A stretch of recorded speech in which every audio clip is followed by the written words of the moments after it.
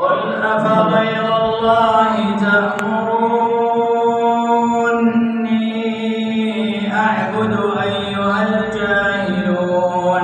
ولقد أوحي إليك وإلى الذين من قبلك لئن أشركت ليحبطن عملك ولتكونن من الخاسرين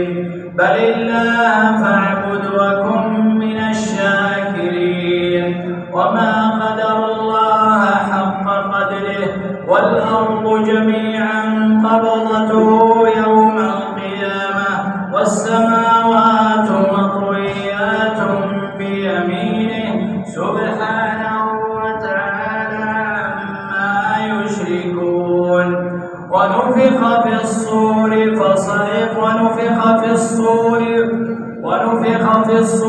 فصعق من في السماوات ومن في الأرض إلا من شاء الله ثم نفخ فيه أخرى فإذا هم قيام ينظرون وأشرقت الأرض بنور ربها ووضع الكتاب وجيء بالنبيين والشهداء وقضي بينهم بالحق وهم لا يظلمون ووفيت كل نفس ما عملت وهو أعلم بما يفعلون وسيق الذين كفروا إلى جهنم زمرا حتى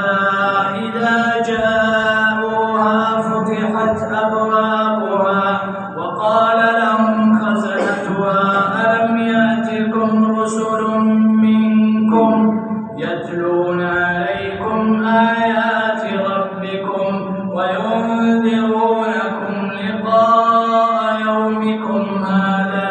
قالوا بلى ولكن حقت كلمة العذاب على الكافرين وسيق الذين اتقوا ربهم إلى الجنة زمرا حتى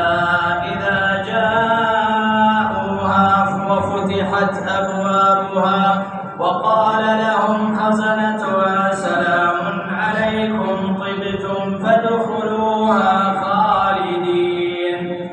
وقالوا الحمد لله الذي صدقنا وعده وأورثنا الأرض نتبوأ من الجنة حيث نشاء فنعم أجر العاملين